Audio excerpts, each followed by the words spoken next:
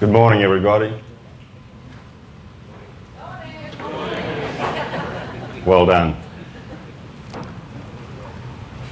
For me, this presentation is I've set myself a challenge to actually interact with you.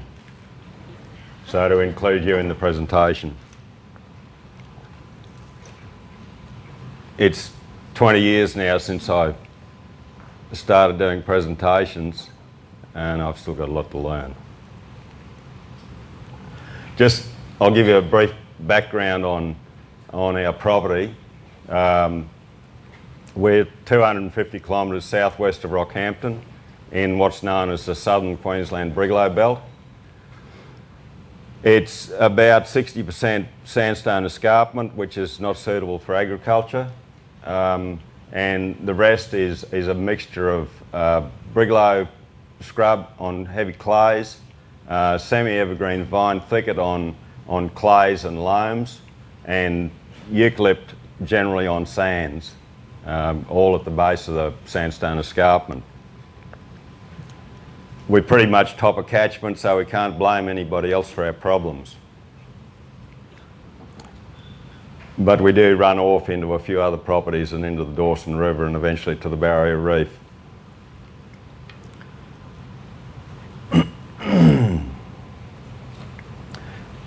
It's essentially a beef cattle operation. We did have grain cropping from 1983 through until 96.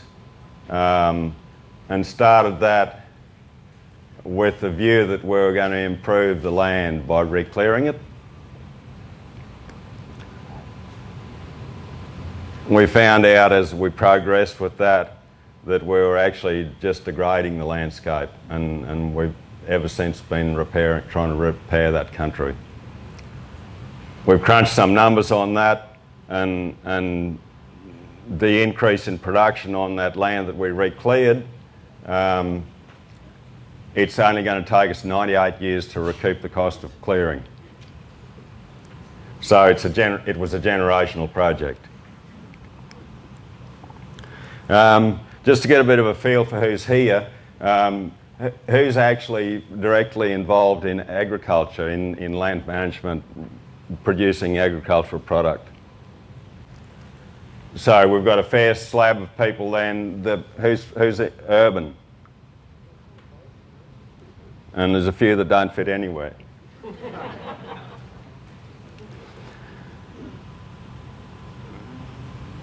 So I think that from my perspective, you people who are not involved in agriculture are probably the most important people to us in agriculture, because we're producing product for you and we're managing a lot of the landscape that you live in.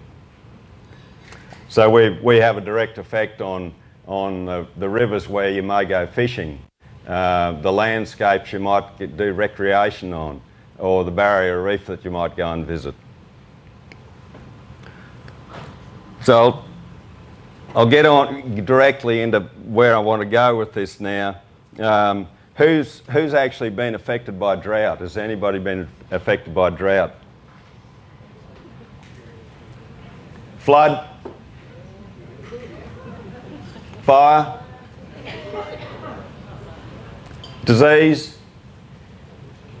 No, we're disease free. Pests? Weeds? And has anybody in the room got some sort of debt?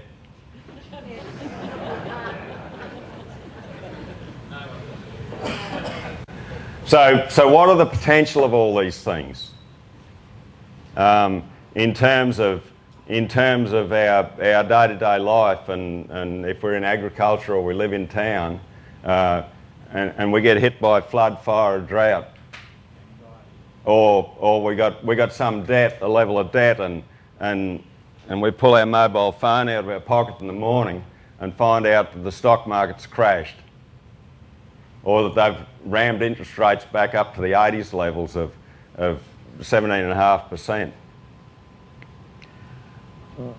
Basically, we can be affected adversely But I want to try and introduce a concept to you that we can work with all these negative impacts and kind of come out of it smelling like a rose, so to speak. And I guess for us on our property, we set ourselves a goal many years ago to actually be able to come out of drought with our land and pastures in better condition than when we went in. Now, when we set that goal, I thought this is pushing things a little bit far. But we've been able to achieve that. We've come out of every dry spell and we've been able to use those droughts as a mechanism to get change in our landscape and take it forward. We've done the same with fire. When we have a fire, we manage our landscape to shift it forward to improve it. So the concept I want to introduce to you is a concept called antifragile. Things that benefit from disorder. So when everything goes pear-shaped, you can actually work with that and get some benefit out of it. I'll give you the name of the guy who wrote the book. It's Nicholas Nassim, N-A-S-S-I-M, Taleb, T-A-L-E-B. Now this guy was a trader on the, I think, the New York Stock Exchange. And so a lot of the book is relating to financial markets. But in reading it, I figured we can apply it to anything in our life. And after coming through the whole land care era, and we talked about biodiversity and sustainability, and then in landscape we moved to resilience. I've now moved my position to we need to start managing our landscapes and our businesses for anti-fragile. And I believe that's lifting the bar a little more so that it puts us in a way better position.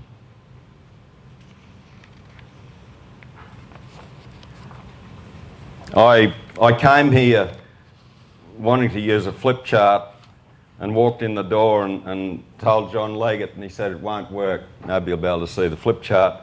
So I had one graph to share with you, and it starts up here somewhere and drops fairly sharply and then levels out. And that's the soil organic matter over time. In our area of Queensland, which was basically settled from 1845 on, in 1870, 25 years on, the government held an inquiry into why the landscape was so degraded.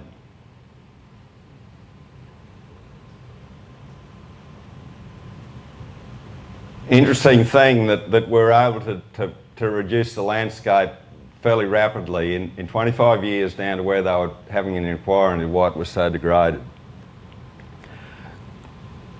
On this time frame, my next big experience was the massive clearing that started in the 50s when we deployed the weapons of war into bulldozers and chains for pulling the scrub, and it was mandated by the state government that we clear the scrub off the country. In 1969 we had a big drought. All the creeks and streams in our area stopped flowing, and they haven't run since. They flash flood, but they don't run. Even when we get big wet seasons, they still just flash flood, they don't continue to run. So by 1969 we'd successfully broken the water cycle properly. We're no longer getting water infiltration and feeding into those streams over time. I think the next big thing on this graph was 1984, when interest rates went north, and from then on all our costs of production started to go up and our returns were heading south. So those are things that have really contributed to the lack of soil organic matter, because we put more pressure on our country. We've gone to the chemical weapons and the mechanical weapons to help reduce the organic matter. So out of all this, I guess we started asking some serious questions about agriculture and what we could do on our landscape.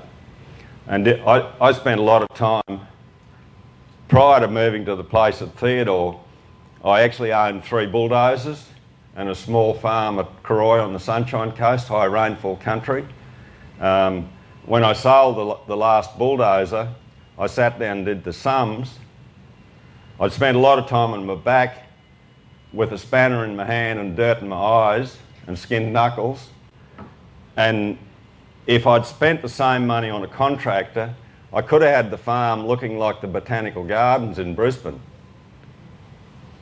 So I started questioning the wisdom of owning machinery, and we don't have anything bigger than a 60 horsepower tractor which digs post holes and lifts pallets of stuff off trucks. But out of all this stuff and the questioning, I guess we've come up with what I call a number of key performance indicators that we can work with in our agricultural systems. And the first one is plants. We've got to have plants. I work with a thing I call edge effect. In other speak, it's called biodiversity or diversity.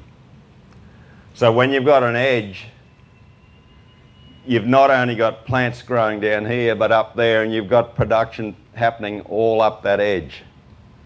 And so if you've got a straight edge, you're limiting the amount of edge you've got.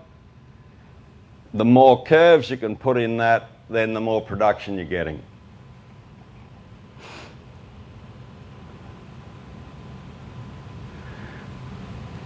Nutrient cycling. If we've got a landscape that's got trees on it and we clear the trees, we've effectively broken the nutrient cycle. And a really good example of this is the Kalula sandmass in Fraser Island. Has anybody been to Fraser Island? Yeah, pure sand, beautiful rainforest. All the nutrient is tied up in the vegetation.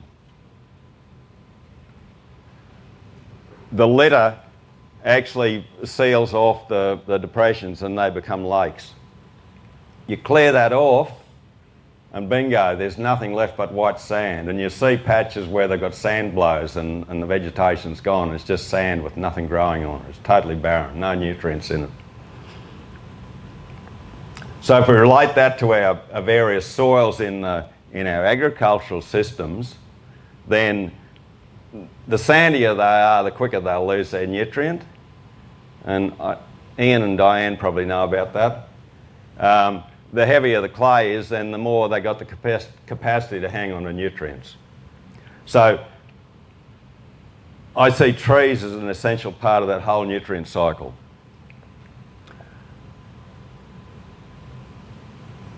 Your vegetation regulates temperatures. And I just recently read some stuff on the rise in temperature in Australia over the last so many years relating to climate change. And I think it was 0.9 of a degree. The work we've done at home, where we were retaining trees in our landscape, we've changed our minimums by 5 degrees and we've changed our maximums by 5 degrees. So if it's 40 degrees, where we've got trees, we're only 35. If we're getting a frost in the open, where we've got trees, we've got 5 degrees. So To me, that's huge. We can influence our temperatures by 10 degrees with vegetation. And they talk about climate change and temperatures changing by 1 degree over the last 50 years or something. So we as land managers can really have a huge impact on what's happening out there.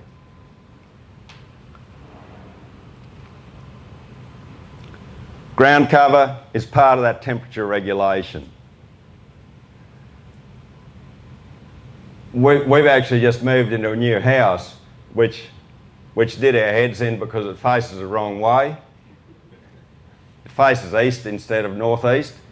And the back of the house is the west. It's got a concrete veranda and then a gravel driveway.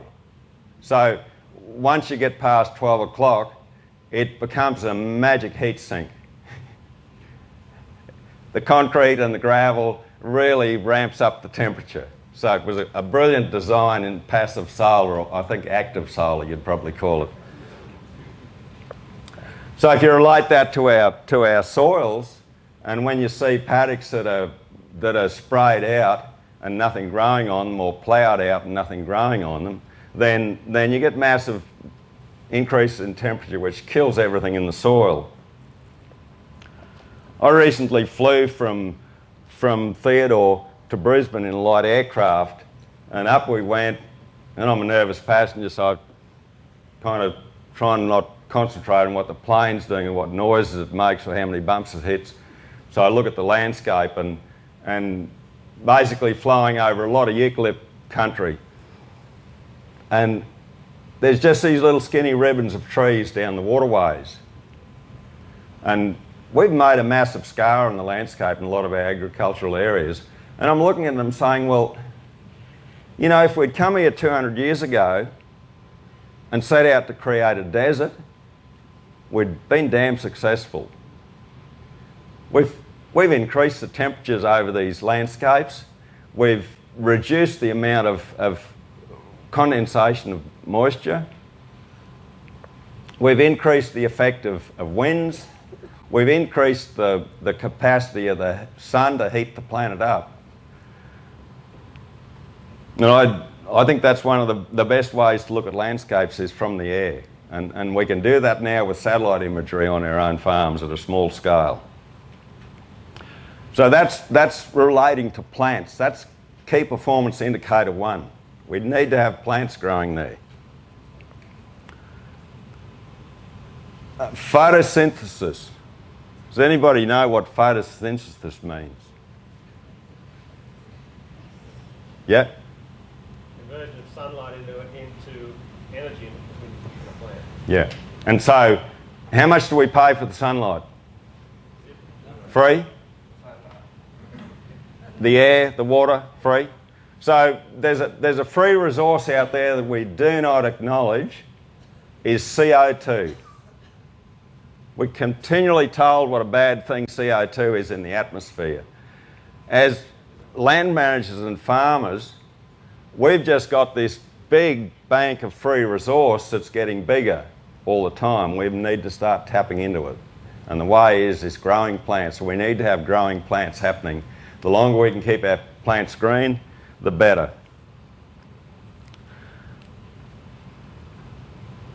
Root depth. This is where the props come in. From some research done in Africa with grasslands, and specifically it was Buffelgrass, they did some trials on rest, various rest periods at the beginning of the growing season. The grass that was not rested at all, the roots went down 30 centimetres. So in terms of our soil supports us. As a grazier, our grass is our resource that we actually convert into beef, into kilos, and then into dollars. So if that's my support, this is the length of it. When I get older, it's not going to make much of a walking stick. On that same grassland, the Buffelgrass, if you rest it for 60 days at the beginning of the growing season, your root systems will go down 1.2 metres. So 4 times the depth. Immediately I've actually got something with the potential of being a walking stick. 4 times as much roots, you're working in 4 times as much soil, 4 times as much place to store moisture and to tap into nutrients. So I purposely didn't do a PowerPoint presentation because this is one of the messages I want you to remember. Get yourself a couple of sticks and just use them as a reminder of the potential of you can actually farm in 4 times as much soil. The other point I wanted you to remember was the thing about antifragile. The next key performance indicator in our system is water infiltration and what we do with rainfall. And in our area, you listen to what people are saying, and I guess for all of you who are in agriculture, at what point does rainfall become useful? You know, let's say, does anybody think if we got 5 mils of rain it'd be any use to us in an agricultural system? Probably in the soil. I used to listen to people, yeah? Depends when it goes in. If it goes in, it's useful. If it doesn't, it's not. I used to listen to people around home when we were there in the early years talking about useless rainfall events. So I set a bar. I thought, well, let's say 15 mils, and I analysed, I think, 3 years of rainfall. Do you know that 70% of our rainfall were useless events? 70% of our rainfall events were less than 15 millimetres. So we then started looking at how can we work this and get some leverage out of it. The trees were one aspect of that. Shelter belts will reduce surface evaporation by 70%. Having the plants in the pastures in a condition where they're ready to grow, I used to notice that we'd grow this much flag on our grass, and unmanaged areas you'd get this much flag. So we were growing 4 more times grass on small rainfall events because our grass was in a condition where it was ready to go for it. It wasn't chewed to the ground. On some work they did in Western Australia with infiltration rates on perennial grass, the infiltration rate was 175 millimetres per hour. On the same soil type on bare ground, the infiltration rate was 25 millimetres per hour. So that's interesting. They did one on litter and it was somewhere in between. I don't remember that figure, but it's not important. You don't need to try and remember it. They then thought, well, we'll come back and give it another shot, do a second application of rainfall. Where there was perennial grass, the infiltration rate went up to 300 millimetres an hour. So it actually almost doubled. On the bare ground, it dropped back to 12 mils an hour, so it halved. So that information, when I came across that from a grazier perspective and getting this profile full of water, was like, wow, the importance of ground cover. So we got the ground cover, we got plants there for photosynthesis, and we getting our plant roots down there, and we got the infiltration rate happening. The next indicator I use is water holding capacity. So once you get the water into the soil, you've actually got to keep it there. And so at the extreme in a sand, it can't hold much. A heavy clay can hold a hell of a lot of moisture, but then it's like Uncle Scrooge, it won't give it up to the plants. So this is where your soil organic matter and your soil biology comes in, and to have that stomach of the soil working is so damn important, because we can then, if we get big rainfall events, we can store that water and shorten up the droughts. We can lengthen the growing time and shorten the drought.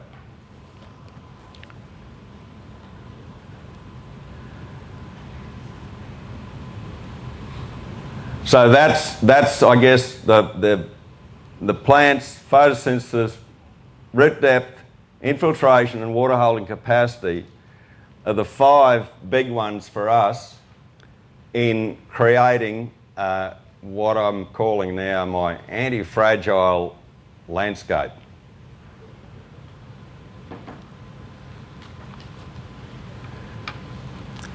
Now, I know that Michael likes to relate some of this stuff to economics, and I'll be fairly upfront with the economics of our business.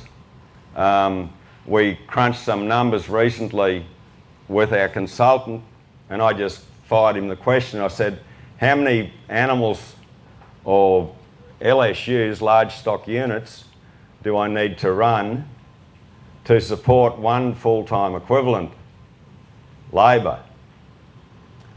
So he got busy with his Excel spreadsheet and then sent us back the determination, and at 1,600 LSUs we're actually going backwards. At 2,000 LSUs we make a profit of around $19,000 a year.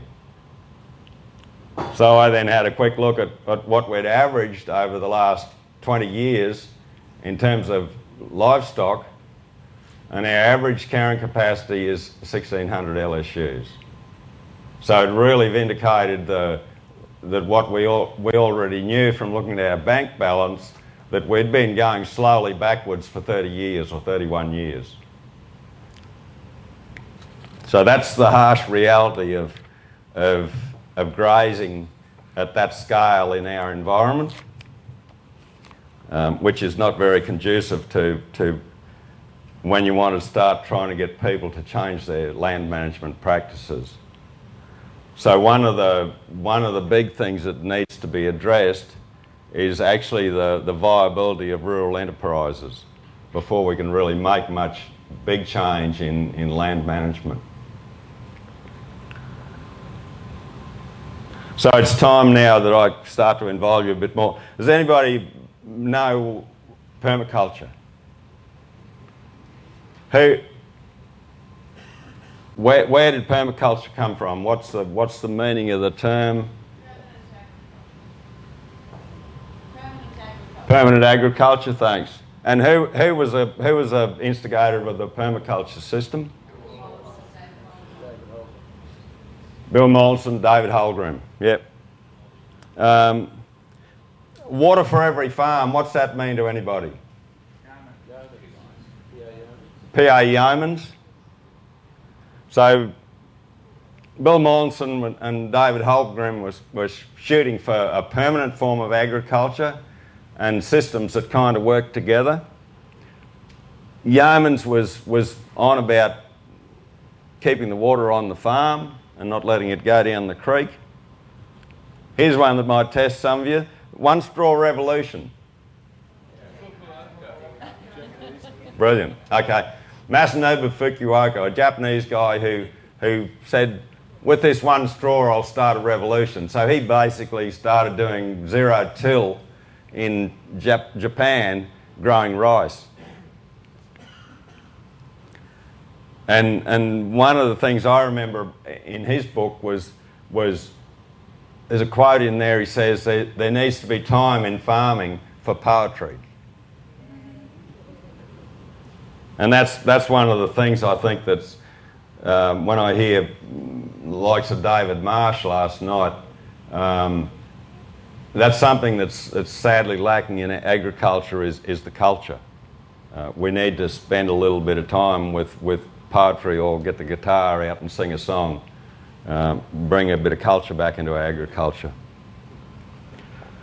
Biodynamics.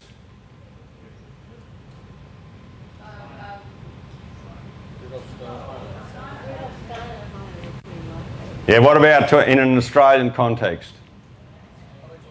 Yeah, Alex Podolinsky. So Rudolf Steiner in 1924. Podolinsky, I don't know what time when he brought it to Australia, but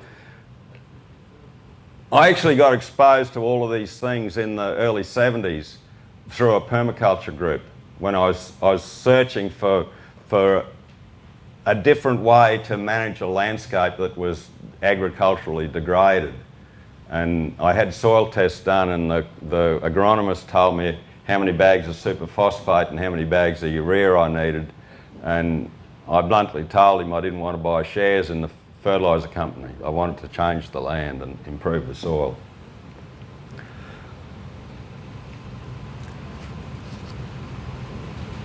And the next one I've got here on the bottom, which is natural sequence farming. Does anybody know what natural sequence farming is?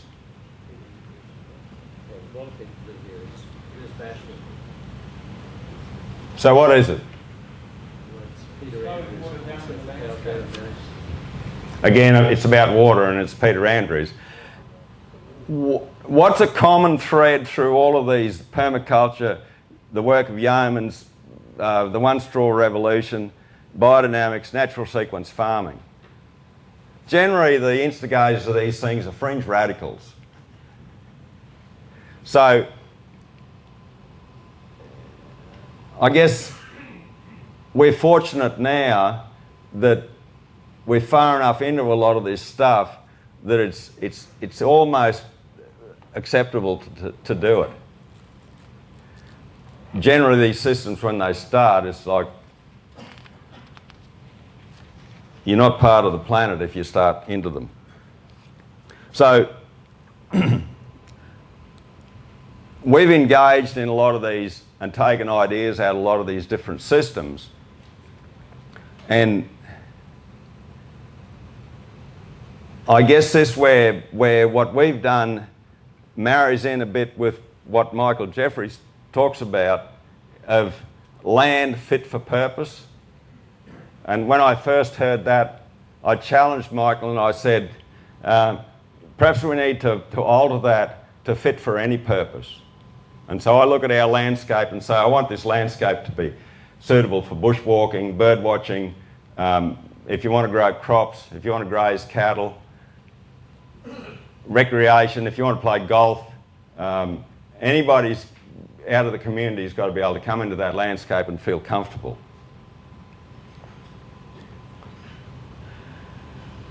Now, where this has led to is we've now sold the farm. Our work there is finished, and we've sold it to a coal seam gas consortium, but for environmental offsets. So the legislation in Queensland, if they knock over one tree, they've got to go and buy 15 trees of the same ecosystem type on a landscape that's been previously cleared, so it's got to be regrowth. I spoke before about the economics. Now, the economics of what we've done through retaining timber on our landscape and building up just the health of the landscape is we've maintained our land value. We've been able to maintain our land value at the peak of the market pre-GFC. In dollars, that related to a third on top of the current market price. So even though we've spent 31 years running an unviable grazing operation, we've done nicely out of capital gain.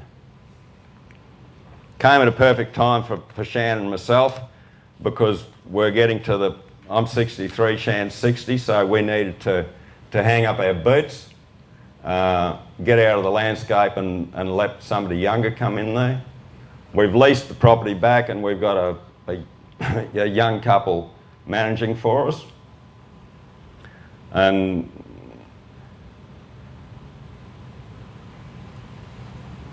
it raised a lot of questions. How can you walk away from it? This year's 100 years since my grandfather got that land. Have you got any regrets? No, we've had absolutely no regrets. We're really happy to have moved on. Our children and Shane, they'd never known me without a debt. So I immediately took a photo of myself on my mobile and sent it to them and said, get used to it.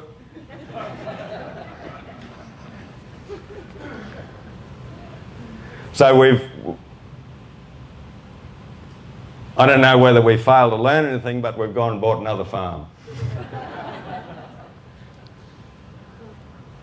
And I've got a new fire in my belly. It's a blank canvas, so we're gonna pick up another landscape. But we did have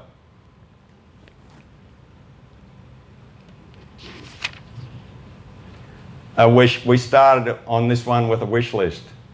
Top of the wish list was water. Duke's Plain, we had no permanent surface water. So we spent a lifetime and a lot of money building dams and watching them go dry and building bigger dams and watching them go dry. And the better we got our soil and our ground cover, the less runoff we got. So we were over the water thing and digging holes. We've now got a permanently flowing stream and a lot of underground water. We've moved geologically from a sandstone landscape through the granite into a basalt-based landscape.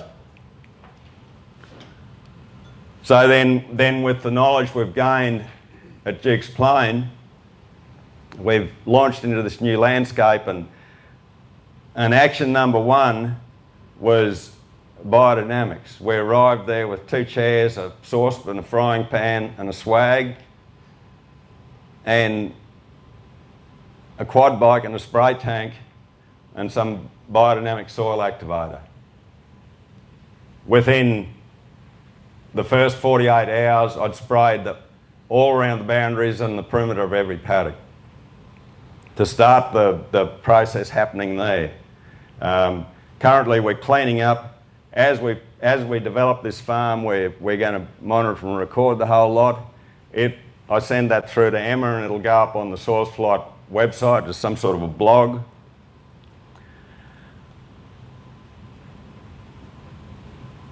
Our first visitor was the noxious weeds officer from the local authority. I thought that was wonderful.